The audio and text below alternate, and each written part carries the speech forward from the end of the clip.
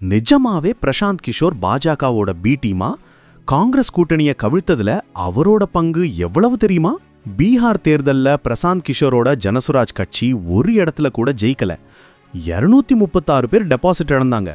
ஆனா அவர் ஒரு இடத்துல கூட ஜெயிக்காமலே 2 பெரிய கூட்டணிக்கும் மிகப்பெரிய சேதத்தை ஏற்படுத்தியிருக்கார். குறிப்பா 35 தொகுதிகளில் வெற்றி பெற்ற வேட்பாளருக்கும் இவருக்கும் இருக்கிற ஓட்டு வித்தியாசம் ஜனசுராஜ் கட்சி பெற்ற வாக்குகளை விட கம்மியா இருக்கு. இதத்தான் ஓட்டு பிரிக்கிற சக்தின்னு சொல்றாங்க. புள்ளி விவரப்படி பார்த்தா இந்த 35 தொகுதிகளில் என்டிஏ 19 இடத்தையும் மகாகட்பந்தன் 14 இடத்தையும் பிடிச்சிருக்கு.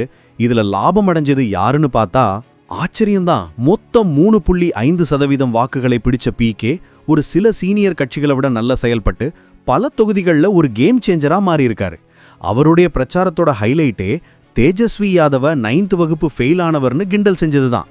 படிப்பில்லாதவர் வேலை கொடுப்பாரா அப்படின்னு கேட்டு ஆர்ஜேடியோட இளைஞர் ஓட்டு வாங்கிய சல்லியா நொறுக்கிட்டார். அவருடைய இந்த ஜங்கிள் ராஜ் பயமும் கல்வி தகுதி பற்றிய விமர்சனமும் ஆர்ஜேடியோட இளைஞர் ஓட்டுகளை குறைச்சதுன்னு சொல்றாங்க.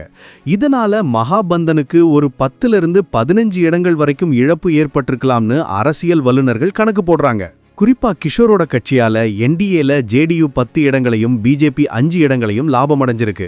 ஒரு காலத்துல மோடி நிதிஷ்குமாருக்கு வியூகம் வகுத்தவரே இப்ப அவங்க கூட்டணிக்கு மறைமுகமா உதவி செஞ்சிருக்காரு. மொத்தத்துல ஜனசுராஜ் கட்சி ஜெயிக்கலனா கூட தன்னோட 3.5% வாக்குகளை வச்சு மகாபந்தன் கூட்டணியோட 10லிருந்து 15 இடங்களை புடுங்கி என்டிஏ பக்கம் போக வச்சிருக்காரு பிரசாந்த் கிஷோர். ஓட்டு பிரிக்கும் அரசியலுக்கு இது ஒரு பயங்கரமான உதாரணம். அடுத்த தேர்தல்ல அவர் யாருக்கு கேம் சேஞ்சரா இருப்பாரு?